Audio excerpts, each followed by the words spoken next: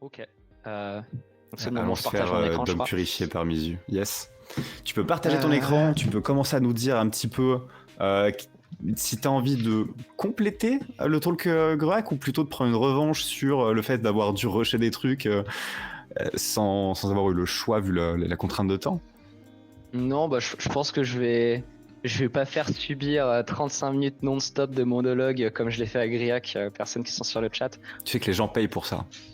On paye pour ça, Misu. Mais Oui. ouais, non, bah en vrai, je peux donner peut-être un peu de contexte en même temps que je suis en train de setup le truc.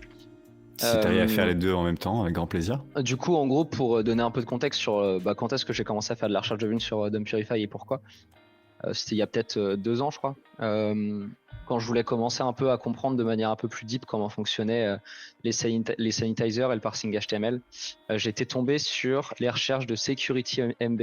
Pour ceux qui connaissent pas, Est-ce que tu sais que tu ne euh, partages toujours pas ton écran, copain?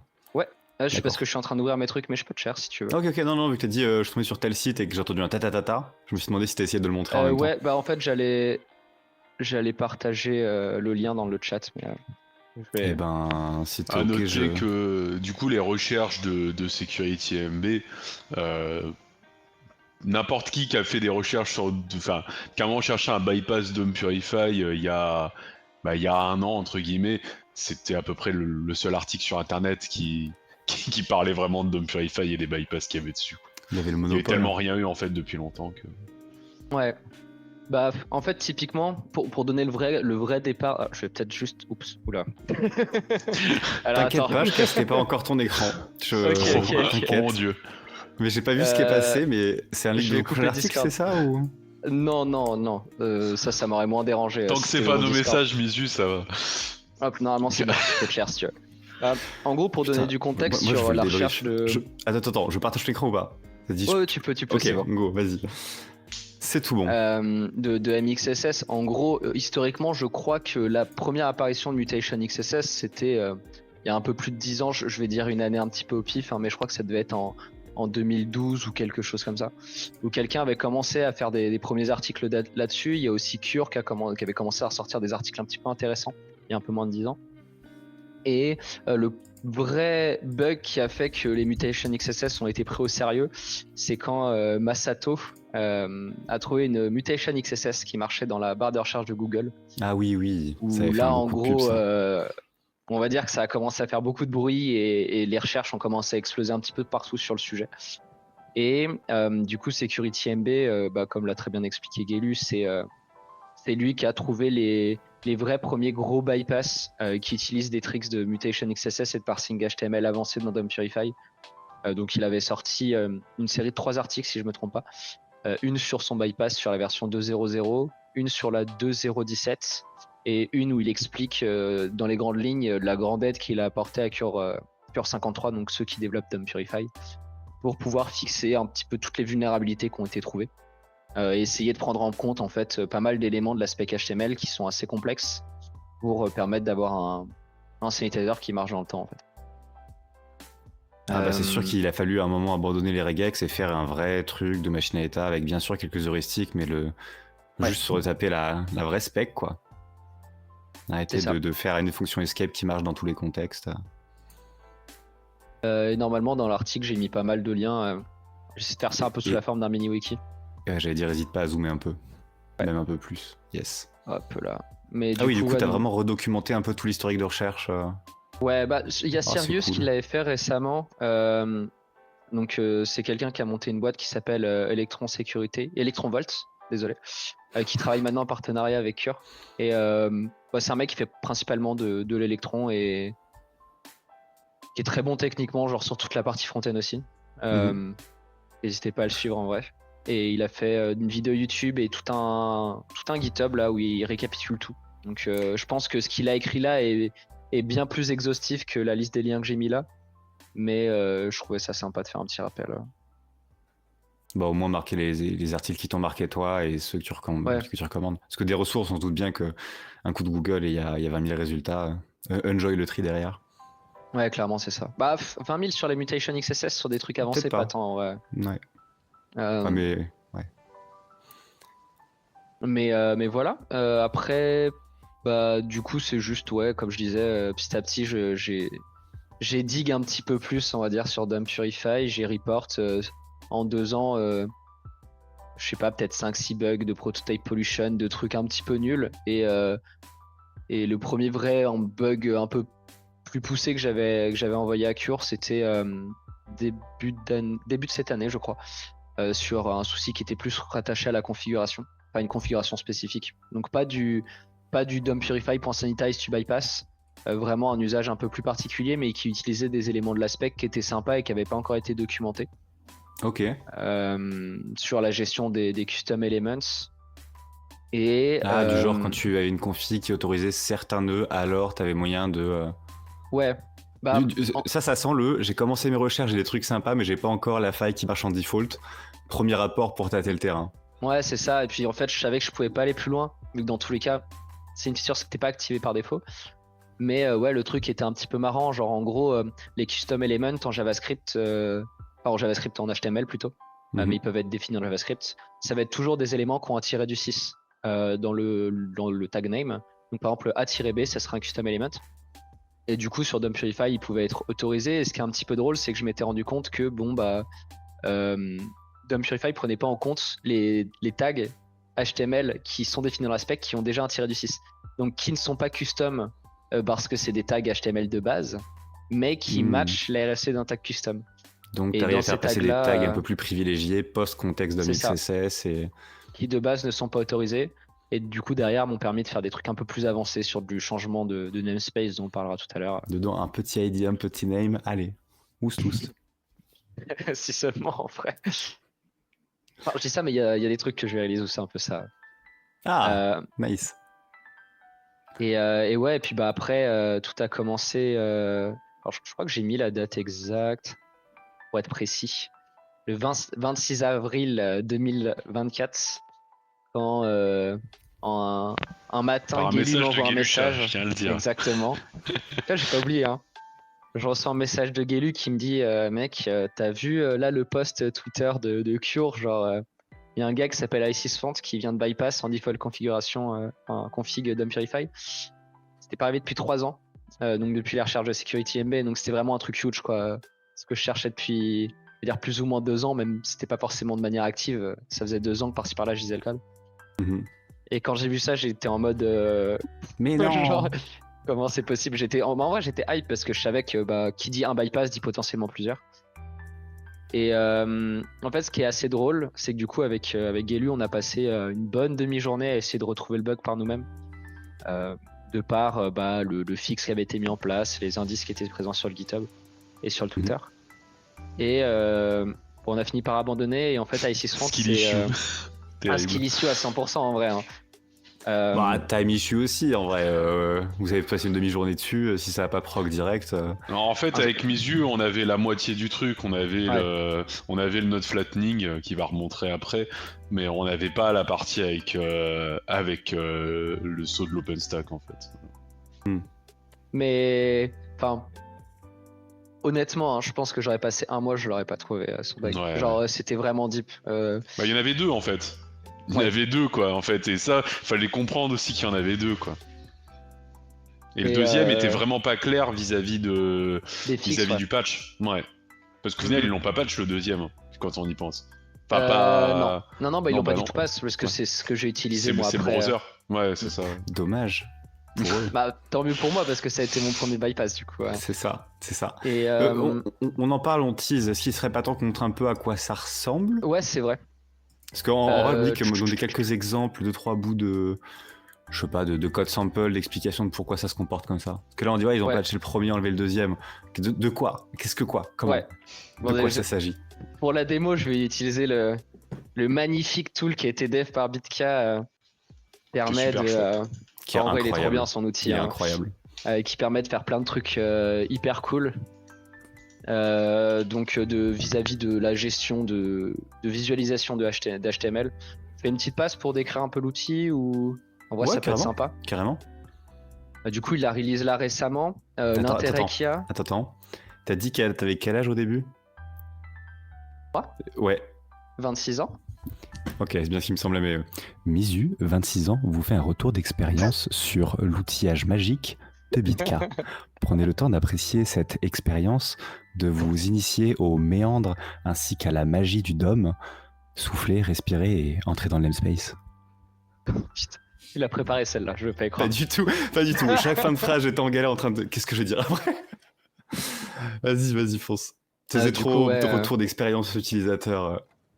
Ben non, mais en vrai, son outil, il est vachement bien. Il a mis du temps à le dev et franchement, il m'a grave aidé sur une partie des recherches. Donc, je trouve ça complètement legit de le mettre en avant, le truc.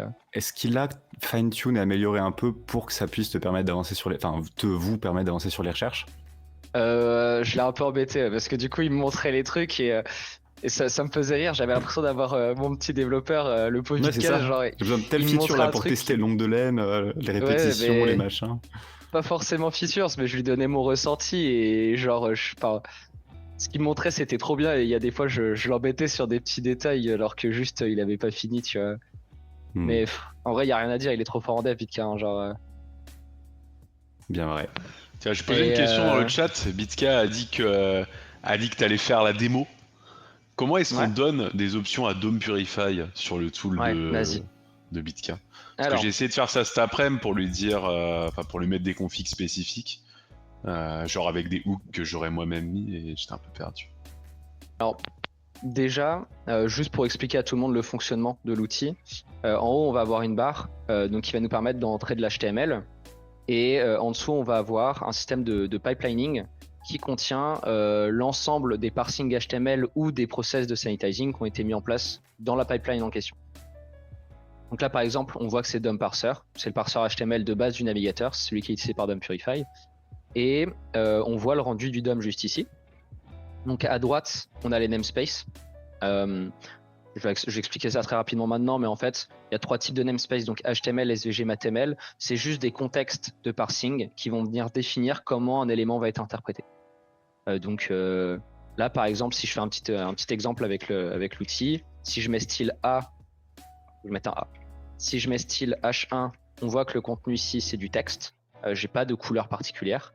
Et si je mets un SVG devant, je passe en namespace SVG. On voit que la couleur est passée verte. Et cette fois-ci, le contenu, c'est plus du texte, c'est des nodes. Donc on voit que le H1, il est sorti et ça m'a créé un tag. Donc il y a toute la coloration syntaxique qui est hyper clean, qui permet de voir un petit peu tout le rendering du DOM. Derrière, on peut assez facilement... normalement, voir... Alors, je prends vraiment les pires tags. On voit facilement les différents étages, toute l'arborescence clean du truc, avec les ID, etc. Ce qui est hyper cool, en fait, avec l'outil, c'est qu'on peut faire, du coup, comme je le disais au départ, des pipelines. Typiquement, donc là, j'ai mis un DOM parser. Si je veux savoir ce qui se passe si je parse 2 fois de suite cette string-là, donc il y a 2 parsing HTML qui arrivent à la suite, j'ai juste à faire plus DOM parser et là j'en ai 2. Je peux renommer un petit peu tout normalement, genre là je peux renommer ma pipeline, je peux venir effectuer des modifications donc un peu plus spécifiques, on va pas rentrer dans les détails de tout, mais que ce soit sur l'affichage, sur la manière dont le HTML va être parsé, etc. Et donc ça va être output.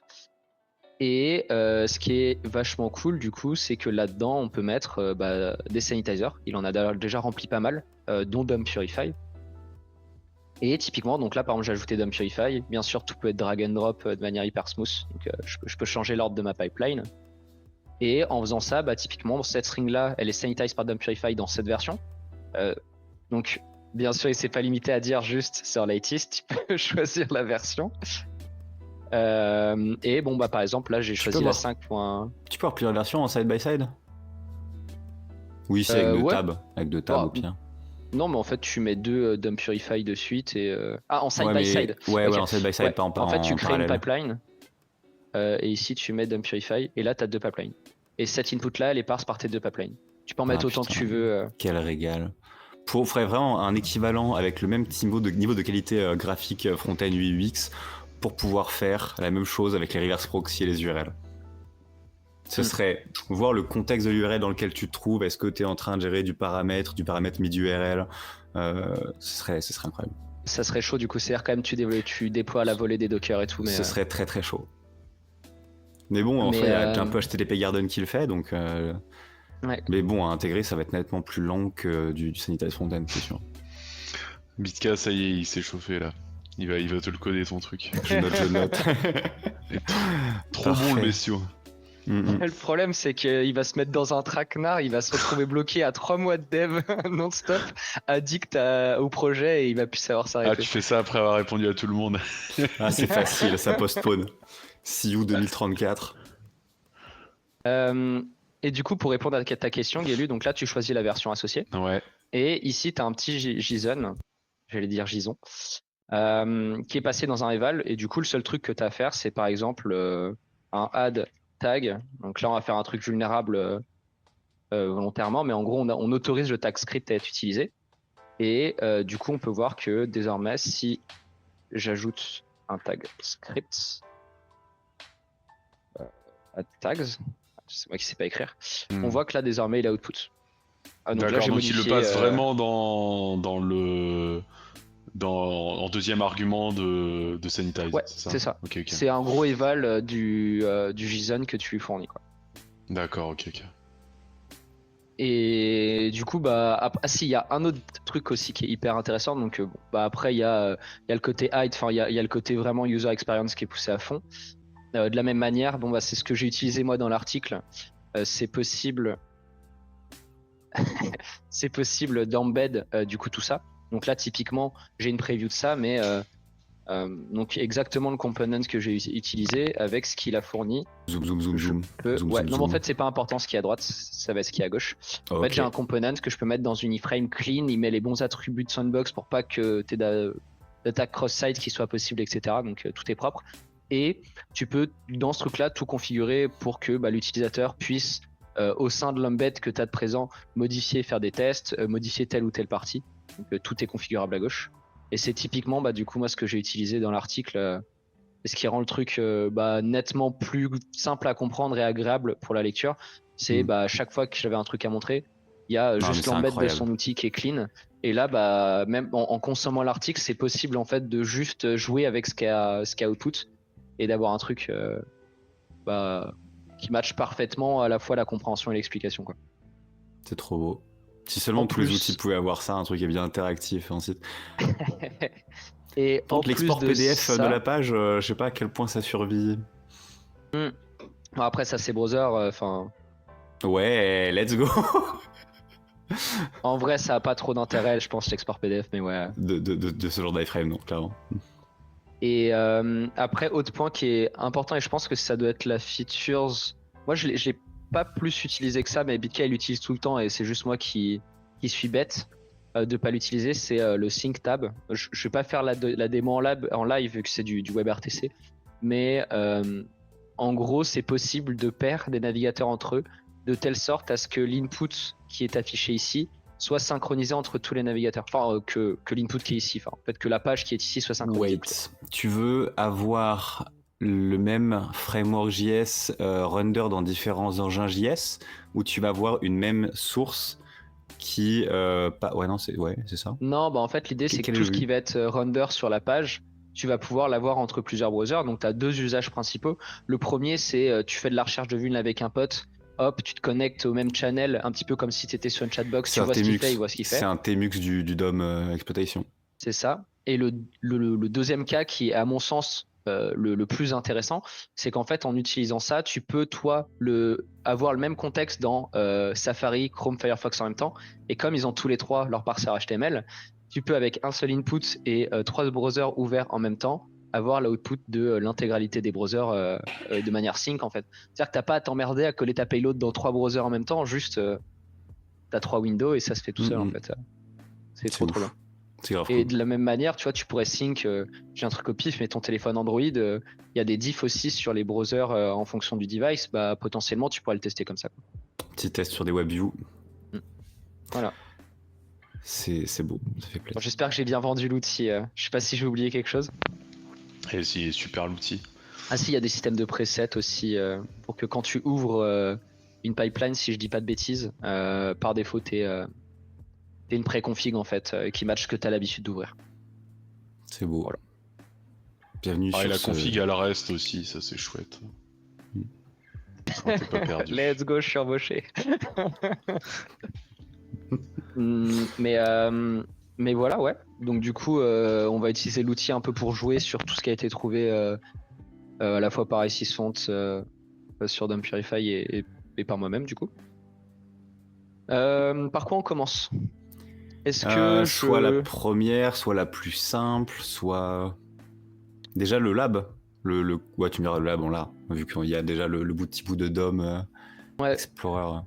bah juste dernier truc de contexte, je vais essayer de le faire rapidement parce que sinon je sens on va pas commencer dans le vif du sujet avant trop longtemps. Mais le seul truc, enfin il y a plusieurs points qu'il faut vraiment avoir en tête quand on fait de la recherche de vulnérabilité sur un sanitizer. Le premier du coup c'est que quand on utilise un sanitizer en tant que développeur, il y a un parsing HTML. Et quand on prend l'output du sanitizer et qu'on le met dans la page, il y a un deuxième parsing HTML. Et du coup c'est ça qui va venir vraiment permettre d'avoir des confusions possibles. Donc typiquement le fait d'utiliser un sanitizer server-side, juste de par le fait du fonctionnement intrinsèque de comment marchent les sanitizers, bah, il y a un risque qui est plus élevé que celui d'un sanitizer client-side, parce que sur sur un sanitizer server-side, il va peut-être y avoir une lib de parsing qui ne sera pas du tout la même que celle qu'utilise le navigateur, et forcément ça va créer des confusions, quoi. Comme on a pu le voir sur du parsing d'URL ou tout type de parsing en fait. Enfin, c'est littéralement ce que fait ton tool typiquement Lalu dans un contexte différent. Mais c'est vraiment le classique quoi en sécu. Différential parsing. C'est Il y a ça. ça, mais aussi le fait que côté back, quand il sanitize, il ne connaît pas forcément le contexte du front, alors que DOM Purify en soi, tu Ouais, l'appelles déjà dans le front, tu sais déjà vers où tu vas render ton output. Je dis pas que les gens le font consciemment, mais c'est un peu plus non, de chance mais de pouvoir. ça peut amener des bugs. Ouais. Bah, typiquement, si Hmm. tu output un DOM Purify server-side dans un text area, bah, le simple fait de faire ça, en fait, ça casse le sanitizing de par on va dire, le contexte environnement du tag quand il va arriver sur le navigateur. Parce que Il le y a eu navigateur va ça. tout parse d'un coup et pas une partie isolée qu'il va punch-child. Ça et petite conf de Maltemo il y a un moment sur un write-up où du DOM Purify qui était plaqué dans une page en HTML, mais juste avec un tag body qui était non fermé à la fin. Du coup, ça faisait un espèce de dangling qui allait réactiver la balise de fin. Et donc, Et qui est pas mal, quand on te place dans du mal ce write-up, formé, ouais. ouais, c'est ouf. Assez ouf. Du coup, voilà. Et le deuxième, enfin, du coup, ça c'est ce que j'expliquais dans la presse, mais en fait, ce qui fait qu'un sanitizer client-side aujourd'hui est quand même exploitable, c'est parce que le parseur HTML en lui-même, il est absolument pas déterministe en fait. En gros, si je prends par exemple, je vais le faire en live en vrai, on va essayer de le faire de tête. Je crois que si je fais Allons-y. ça, on peut voir que là j'ai form div. Donc j'ai un form dans un form. Alors que normalement, ça de base, dans l'aspect, c'est pas possible. On peut voir que le deuxième form là, il disparaît. Mais le simple fait d'avoir ce pattern là, donc un form, une div et une closure de forme dans la div sans qu'elle soit fermée, en fait, ça crée un bug de parsing et on arrive à créer quelque chose qui est censé être invalide. Et le problème, c'est que du coup, bah, là, typiquement, j'ai un truc invalide. Et si je rajoute un parseur HTML, on peut voir que forcément, ce truc-là qui est invalide, quand il est reconverti en string et reparse, bah, cette fois-ci, on va avoir un truc qui va être sous cette forme-là, quoi. Donc, il va tout correctement fermer. Ça serait plus comme ça. Je l'écris un peu à l'arrache. DOM Purifier arrive, Et ça ne sort que du HTML valide spec compliant. non, DOM Purify, en fait, lui, ce qu'il fait, c'est juste, il parse en HTML, il itère Ah oui, sur des l'arbre arbres. qui est on va dire la résultante de la string, Mhm. et il va output par défaut une chaîne de caractères, ça pourrait être un node, mais s'il output une chaîne de caractères, bah, ça va être resérialisé. Mais ça va pas être resérialisé avec une forme un peu chelou, là, avec des trucs qui s'ouvrent, qui se referment, qui s'entremêlent, en fait. Mhm. Et bah, sur cette base, en fait, le fait de parse 2 fois de suite une entrée utilisateur en HTML, ça peut amener à des mutations même après plusieurs parsings. Et c'est ce qui fait qu'aujourd'hui, bah, c'est possible de bypass un sanitizer même si le même parseur il est utilisé 2 fois de suite. Parce que bah, le premier cas, ça c'est ce que DOM Purify voit, mais ça c'est ce que le body reçoit sur la page. Et forcément, s'il y a des différences, bah, on peut essayer de casser des contextes en jouant avec ce qu'on a vu juste avant, les namespaces. Donc bah, jouer avec le fait que dans SVG, ça va être dans certains cas des nodes, dans HTML du texte, et essayer de mélanger un petit peu tout ça pour avoir un contexte qui amène à une XSS, quoi. Est-ce qu'il n'y aurait pas un monde où, plutôt que d'implémenter DOM Purify, il aurait fallu que le browser lui-même expose une API pour donner du texte, récupérer un DOM et derrière dire ce DOM il est malveillant ou pas? Tu me fais une belle perche. Bah, il y a eu, Avec plaisir, toujours là pour te percher. en fait, il y a eu la Sanitizer API qui est sortie sur Chrome. Elle a été Ah. dispo sur une dizaine de versions. Zoom in, zoom in. Zoom, ouais. zoom. Elle est sortie en 2020 et elle a fini donc en Chrome 105 et elle a été remove en Chrome 116. Ah, ils l'ont dégagé? Ouais, mais en fait, c'est l'adoption. c'était trop galère à utiliser et en vrai, elle était hyper permissive. Tu pouvais faire des iframes, pas mal de choses. Quand elle est sortie, il y avait une prototype pollution qui te permettait de bypass complètement les filtres. Oui, c'était bon, un c'est peu- le début, tranquille, faut que ça se mette en place, que ça se rôde. Ouais, non, mais en vrai, l'API elle marchait bien, mais je pense que ils ont dû avoir du mal à la faire adopter et avoir un truc qui est aussi clean que ce qu'ils voulaient. Et du coup, ils l'ont tiré. Bon, après, je m'avance, Ok. hein, j'ai pas lu les issues GitHub qui sont attachées à ça, mais elle a été retirée. Ok. Petite question en avance de phase, Trusted Type, vous avez regardé un peu, on peut se faire une ouverture là-dessus en fin de stream ou... Parce que j'ai commencé à regarder, ça me semblait grave intéressant, mais il y a plein de choses qui me semblent contre-intuitives, donc je sais pas à quel point je peux profiter de vous. Bah, il y a une liste si tu veux, tiens, je l'envoie dans le chat de bypass qui marche encore, de ce que je comprends, pour les Trusted Type. Ok. Si tu veux regarder un petit peu, s'intéresse à ça, c'est pas mal en vrai. Je l'avais ouvert dans mon navigateur, donc elle est intéressante comme truc. Elle est tombée vite, ok. Bon, je regarderai, peut-être soit à la fin de stream on pourra voir, soit à futur stream. Et du coup, j'en étais. Ouais, donc on en t'a mélangeant embêté tout sur les ça, namespaces, ouais. c'est ça. Bah, du coup, il y a possibilité de faire un peu des bêtises. Typiquement, si je reprends le fait que le tag style, le contenu, ce soit du texte, bah là, j'ai le droit d'ouvrir un commentaire HTML. Il va pas être interprété parce que le contenu de style, c'est du texte. Donc, typiquement, si je fais un truc qui ressemble à ça, donc un tag P qui est un ID, qui ferme le commentaire, et ici qui est une XSS,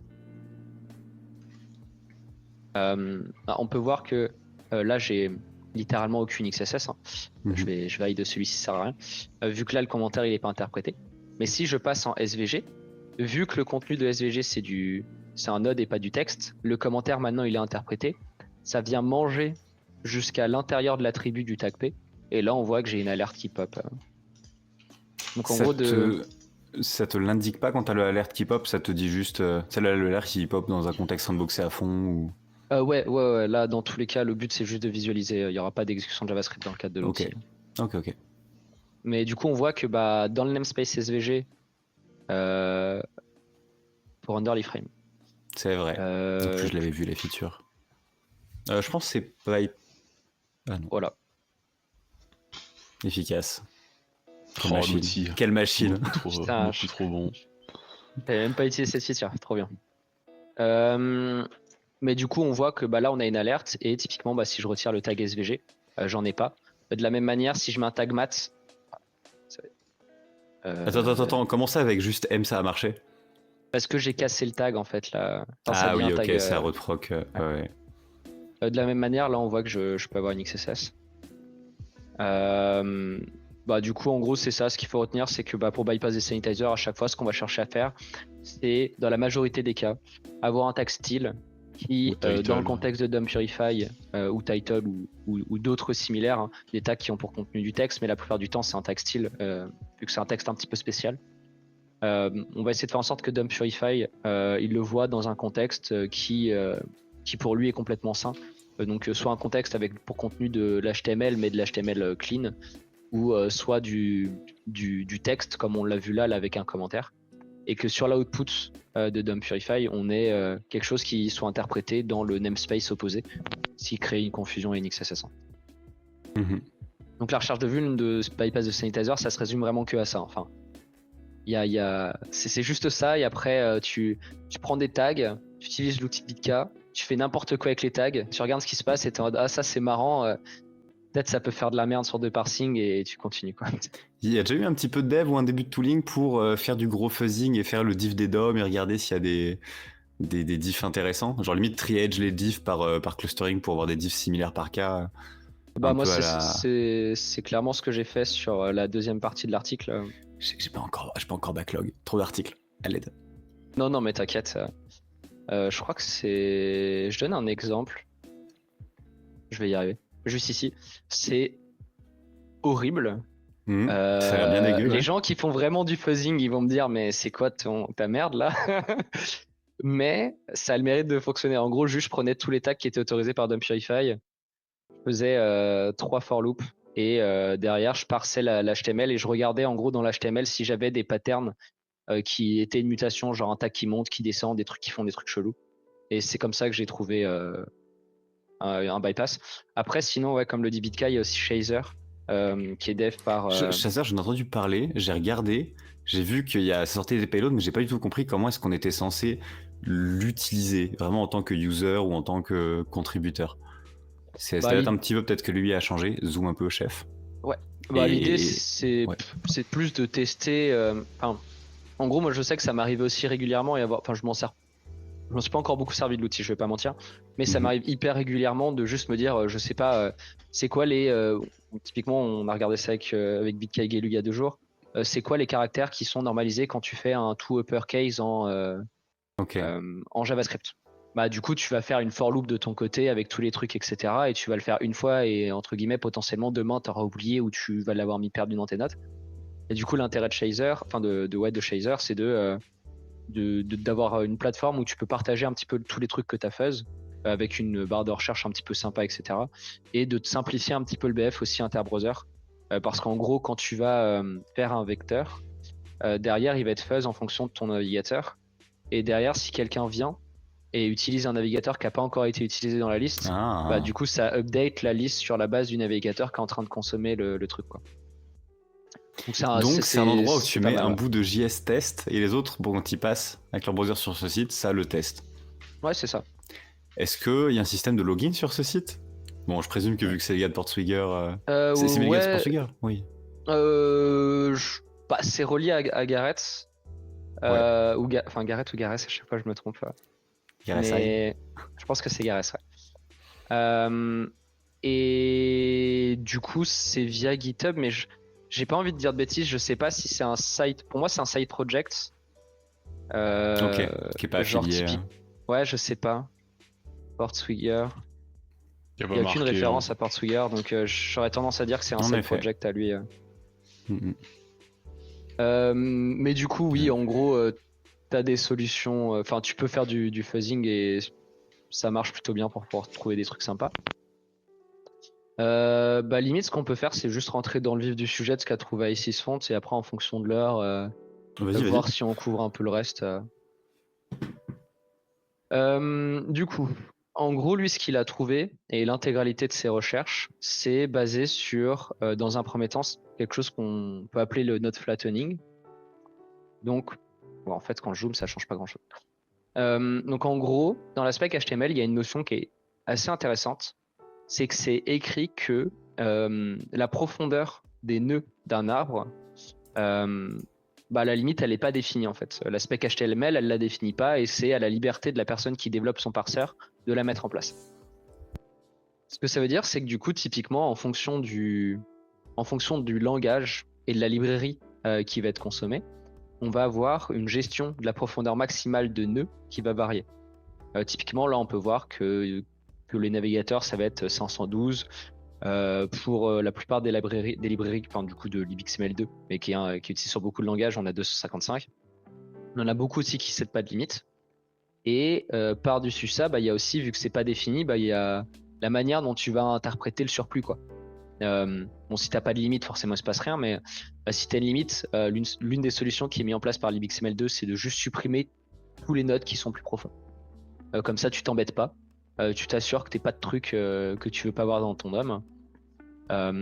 Mais si tu veux ça peut aussi faire du dégât, ça. Si tu supprimes un node, mais que le node était censé changer ceux en cascade. Ça peut, et c'est pour ça que ces libs-là qui ont du removing, c'est libxml2. Si je dis pas de conneries, il y a un article de Sonar qui est sorti dessus récemment. C'est de l'HTML4. En gros, on va dire que c'est plus ou moins un parsing HTML4. C'est un truc qui est un peu plus vieux. Et du coup, historiquement, peut-être que pour eux, c'était, on va dire, peut-être plus sécu de faire quelque chose comme ça, où il n'y avait pas forcément d'intérêt à garder les nodes qui étaient plus profonds. Et c'est aussi pour ça, je pense que avec HTML5 et sur tous les navigateurs, aujourd'hui, on a une limite qui est plus grande, donc 512. Mais surtout, ils font ce qu'on appelle du node flattening, donc on va voir après. Parce qu'aujourd'hui, il y a des sites qui ont une profondeur de node qui est beaucoup plus grande. Je crois que j'avais parlé avec Mario, qui fait partie de Cure, qui dev du coup Dump Purify, et notamment chez Google, dans des solutions comme Teams ou autres. En fait, la profondeur, elle était à plus de 255. Et eux, dans le fixe qu'ils ont mis en place pour le truc d'Icefont, ça les embêtait parce que potentiellement, ils pétaient des usages. C'est des usages qui sont hyper spécifiques, mais...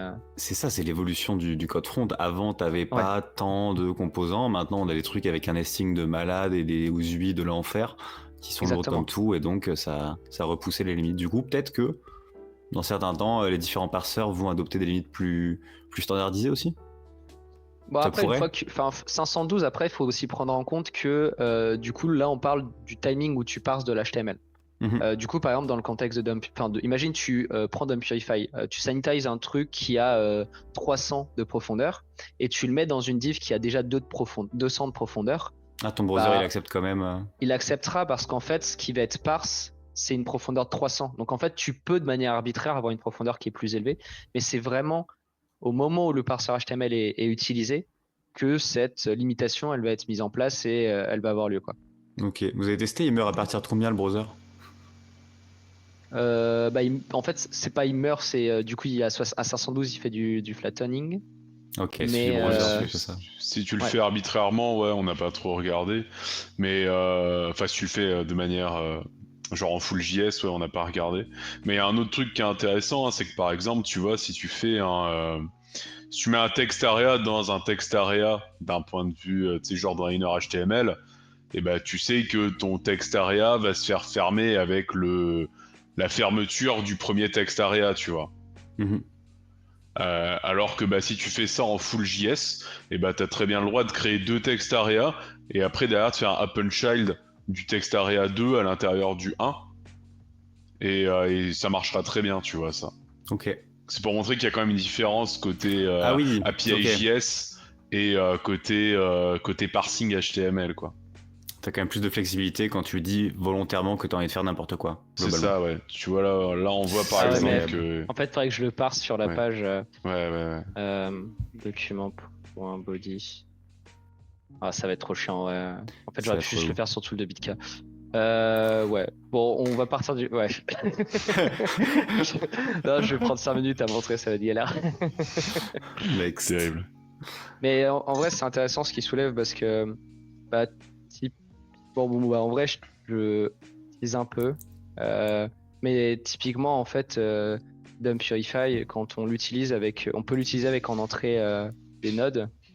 Si on crée on va dire un tree qui est complètement invalide, lui il va le sanitize sur la base du tree qui est fourni. Mais si derrière l'arbre il est resérialisé en string, comme disait Gelu, on peut avoir un text area dans un text area. Donc pour Dump Purify, ça va être complètement valide. Mais quand il va être resérialisé en string et reconsommé, ça va faire n'importe quoi. Il y a des XSS dans tous les sens. Et c'est un cas d'usage sur lequel Dump Purify il est pas fait pour être utilisé de cette manière, quoi. Mais c'est inhérent au fait qu'en JavaScript, tu peux créer n'importe quel type d'arbre. Vu que tu utilises plusieurs parseurs entre eux pour après mélanger ton DOM, ton arbre. Ouais, t'as même le droit, typiquement, là, on parlait de namespace et tout, et à chaque fois, Misu, il met la balise SVG devant, la balise mat. Mais en fait, si tu veux, tu peux faire une balise Toto, qui est dans le namespace SVG, et qui est en plein milieu d'un text area, tu vois, si t'as envie. Ça marche très bien, ça. D'un point de vue full JS, en tout cas. Par contre, d'un point de vue HTML, ça marcherait jamais, quoi. Enfin, d'un point de vue parseur HTML, il ne ferait pas de switch de namespace, quoi. C'est rigolo quand le JS manipule un bout de DOM, qu'il n'y ait pas de protection, check, quoi, grosso merdo. Ouais, qu'il n'y ait pas un check, genre un on finish modified, que ça vérifie que l'arbre il est validé et sinon ça l'invalide. Ça pourrait. Bon, il y a la moitié des sites qui seraient pas compliant, mais ça pourrait. En vrai, c'est compliqué. Pour l'anecdote, du coup, suite au report qui avait été fait, à tous les reports qui ont été effectués et tous les bugs qui ont été trouvés, qui sont résumés dans l'article. Du coup, on parlait avec Mario et il disait qu'en gros, il avait eu des appels avec l'équipe sécu de Google, quoi, vis-à-vis de ces sujets-là sur le parseur HTML. Yes. Et la phrase, elle a été simple des ingés de Google, c'est il y a tout à refaire, on est dans la merde. Ou un truc. Enfin, c'était pas tout à fait ça, mais c'est en mode genre tout c'est de la merde, on est vraiment dans une situation inconfortable quoi. Parce que bah en fait ils avaient sous-estimé le fait que bah faire du flattening, donc je vais le montrer là mais ça puisse amener autant de mutations en fait dans le contexte du sanitizing. Et derrière, bah, ça devient juste un enfer en fait de te protéger d'une entrée utilisateur. Attends, c'est côté Dump Purify ou côté Google où ils ont dit on est dans la Ah non, dans c'est la Google. merde. Genre le parseur HTML, il était en mode bah là, non, là c'est chaud en fait, ce qui est actuellement en place. Attends, je l'ai pas. Parseur HTML de Google, donc côté browser, côté V8, enfin pas côté V8, côté. Ouais, que c'est parsing HTML, ouais. Bah juste parce que le truc c'est un nid à mutation en fait. Et du coup, ils ont parlé avec eux, avec Mario, parce qu'ils savaient qu'ils avaient le même type de problème pour la solution finale de quel comportement doit Non, pas adopter. Ouais, plus, parce que mais- tout le monde utilise Dom Purify en fait, même Google Ah ouais. l'utilise. Donc il a fait un talk avec eux, parce que c'est le le sanitizer le plus utilisé Oui, en oui, fait. oui. C'est pour ça. Hein. Mais sinon oui, les random librairies Ouais, de puis- sanitize en général, ils appellent pas Google directement quoi. Et puis Ouais, en je soi, voyais mal comment c'était mis en place. c'est l'implémentation du parseur HTML faite par Google pour leur navigateur. Et derrière, eux, s'il y a des mutations de ouf, bah c'est chiant. Typiquement, SecurityMB, il en avait report plusieurs. Parce qu'en fait, derrière, quand tu veux développer quelque chose qui marche dans le temps et qui te protège correctement d'une entrée utilisateur sur de l'HTML, bah si le parseur il fait des trucs de zinzin et que tu peux juste pas gérer le truc correctement, c'est un enfer en fait. Ouais, c'est pas tant la faute de l'un, pas tant la faute de l'autre, mais juste faut avoir se décider sur quelle marche on prend. Ouais, c'est ça. Donc Ouais. à voir ce qui va se passer dans le futur. Mais du coup, le node flattening, de ce qu'on en parle depuis 10 minutes, mais qu'est-ce que c'est Allons-y, flattenons. Donc dans l'article, là, c'est écrit que la limite, elle est set à 512. Donc là, j'ai volontairement mis 509 div à la suite. Donc la notation étoile 509, c'est géré par l'outil. Ça va automatiquement créer 509 divs qui vont être du coup child les unes des autres. Et dedans, j'ai mis un tag SVG, un tag style. Mon micro. Donc là, on peut voir que l'output, il est complètement normal. Hein. Enfin, on a un tag SVG, un tag style, tout va bien. Et si je m'amuse à en rajouter juste une seule, on voit que le tag style, il retombe. Si je fais CTRL Z, CTRL Y, on voit que là, il y a un vrai changement à partir du moment où on atteint la limite. Et ce qui est encore plus intéressant là-dedans, et c'est ce qui fait qu'en fait, ce truc-là, il peut être utilisé vraiment un peu dans tous les sens, c'est que même si là, le tag style, il n'est plus dans le tag SVG, ici, on peut voir que je suis toujours dans le même space SVG. Et ça, en fait, ce que ça veut dire d'un point de vue parsing HTML et d'un point de vue ordre de parsing, c'est que ce tag-là, il a été parse en SVG avant que ce tag, avant qu'il soit flatten, donc avant qu'il tombe du tag style ici, quoi. Sinon, il serait parse en HTML. C'est-à-dire que le node flattening, il a lieu un peu dans les derniers trucs du parsing HTML. C'est là où il va se dire, bon bah là, c'est pas bon. Une fois qu'il a parse le tag, il est à une profondeur qui est trop élevée et il va le redescendre d'un niveau. Est-ce que vous avez fait un coup de fuzzing du nombre de répétitions par tag, voire par tag avec des attributs spécifiques pour voir s'il y avait des cas particuliers? Ça change rien en principe. De mettre des divs ou de mettre d'autres trucs. C'est pas très impactant. Je sais plus si ça avait été partagé, la source Chrome pure qui parlait de jusqu'où on peut nest des trucs. Je crois que j'ai mis une ref dans l'article. Ice Font me l'avait envoyé. Mais c'était surtout sur Firefox, c'était un peu explicite, tout un gros if. Sur Chrome, je l'ai pas trop recherché. J'ai juste chopé les warnings. En fait, ce qui est pratique sur Firefox pour de la recherche de bugs sur du front-end, c'est qu'à chaque fois qu'il y a quelque chose qui se passe mal, il y a un warning dans la console. Ok.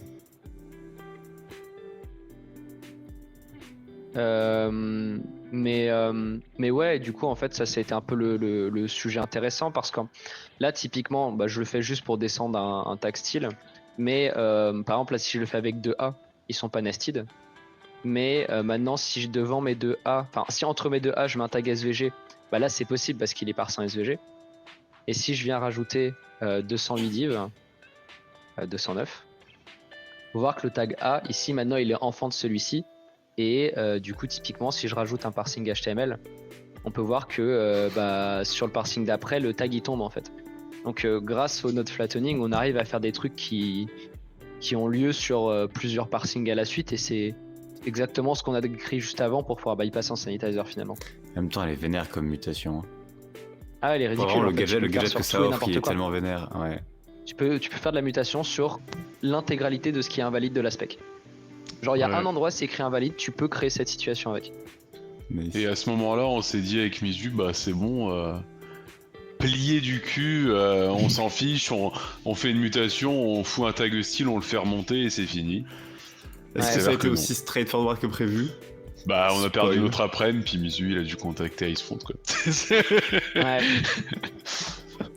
Bah, en fait, le truc, c'est ce que je disais tout à l'heure sur les 3 articles de Security MB. C'est qu'il y a un article qui explique toutes les fixes qu'il a mis en place en fait dans Dom Purify. Et parmi ces fixes, en fait, il y a un truc, une fonction qui vient check le namespace du node courant par rapport au node environnant. Mhm. Et typiquement, dans ce cas très précis, Dom Purify, il va dire ok, bon là j'ai un tag A, il est parse en quoi? En SVG. Son parent, c'est quoi? C'est un tag A. Ah, mais c'est bizarre, le tag A, il est parse en HTML, mais le tag A, c'est pas les tags que je connais qui permettent de switch vers SVG. Du coup, il est en mode bah là, c'est pas bon en fait, son parent, ça devrait pas être un tag A. Donc t'es en train de me faire un truc bizarre, je supprime ton tag. Voilà. C'est un résumé très rapide, mais en fait, il vient s'assurer qu'un élément qui est parse dans un namespace spécifique, il a sa place à l'endroit dans lequel il se situe dans le DOM. Si c'est pas le cas, il le supprime. Et du coup, bah, là, typiquement, en faisant ça, on aurait pu se dire, bon, bah, là, typiquement, ici, je mets mon tag style, je mets tous mes trucs chelous, et on voit que bah, le tag style, il passe de SVG à HTML, et on se dit, bah, c'est gagné. Mais là, le tag style, dans le contexte du check de cette fonction, bah, passe pas en fait. Il se fait supprimer. Mais un image source histoire que ça soit vraiment parlant jusqu'au bout. Ouais, voilà, Euh, comparaison. ouais. Quand tu verras, on va voir qui se fait tège, a priori. Bah non, du coup il sera pas tège parce que là on n'est pas dans Dom Purify, mais dans Dom Purify il serait tège, ouais. Hop, donc je vais faire ça et on va utiliser l'outil jusqu'au bout. Wow. Ouais, alors je vais cacher, mais je vais mettre sur la version vulnérable. Donc c'est la 3.1.0. Je mets un truc. Ouais, là. à noter que quand Mizu il met un diff x 500, c'est pas des diffs qui sont fermés à chaque fois, c'est vraiment des Alors, diffs attends, qui j'ai sont mis un imbriqués les unes dans les autres. Mais c'est ça une peut très plaire. mauvaise idée. Voilà. Donc là, on peut voir que. Attends, j'avoue, ça fait 500 ouvertures de div, mais là on compte sur le fait que ce soit auto-close. Parce qu'on spécifie pas Ouais, l'endroit où on. c'est Ouais, ça. ouais, ils sont close à la fin. En fait, j'aurais pu Mais, faire ça si tu veux, mais le parsing ouais. HTML, il va le faire tout seul. Ok, ça te le met à la fin. Vraiment Ouais. leading, ok. Et ils sont vraiment les uns dans les autres, quoi. C'est pas j'ouvre une div, je la ferme, j'ouvre une div, je la ferme, etc. Exactement, ouais. Et, Oui, sinon ça ne resterait pas, tu me diras. et du coup, tu vois, en bas, on peut voir sur les 2 DOM parsers qui se situent juste en dessous que Cloudput, il est différent quand on passe par DOM Purify. On peut voir que le tag style et le tag A, il disparaît. Alors, je vais juste. Peut-être remettre un DOM Faire parser en vite. dessous, non, en vrai? Je sais pas. Ouais, qu'on Mais en qu'on fait, puisse l'exemple, comparer, il est un peu nul là dans le contexte du node flattening. Je peux pas vraiment faire ça. C'est bizarre. Pourquoi est-ce que là, le style, il le résout pas, l'autre? Celui en Fil bas, droite. sur le deuxième node. Ouais, je pense que je vais juste expliquer comme ça, ce sera plus simple. Où ça? À droite là? Non, non, en bas, le style était pas resolve avec le style de l'attribut, il était. Parce c'était une qu'en string. gros, le node flattening, du coup, pour faire sortir le tag style du tag SVG, il va faire avant sortir le tag A du tag style, parce que le tag A il a une profondeur de 513 et style de 512. En fait, le node flattening, il est là, du coup, j'espère que j'embrouille pas tout le monde, mais il peut pas être exploité de la même manière qu'un bypass de mutation classique. Juste parce que là, ici, il a 513, lui, il a 512. Du coup, Ah oui, lui, je sais ce que tu il veux va dire. retomber au même niveau que le premier, quoi. Donc la configuration qu'on crée de base, elle est pas si simple avec du node flattening. Mais du coup, ce qu'il faut voir, surtout ce qui est important, c'est que là, le tag style, il est parse en SVG, donc là, il retombe en HTML. Et le fait de passer dans DOM Purify, on peut voir que là, on n'a plus du tout le tag style. Typiquement, si j'affiche l'output que je cherche, style. Bon, en fait, oui, non. Enfin, en fait, si on le cherche, on ne trouve pas, quoi. Il n'y a que des divs parce que du coup, il doit y avoir SVG quelque part. Bah ouais, ça devrait. Ouais, il y Ouais. avait. En fait, au niveau de SVG, on voit qu'il n'y a plus le tag style. Parce que du coup, Dom Purify l'a détecté comme étant un tag dans un contexte qui est malveillant, tout simplement. Donc Stripped. C'est ça.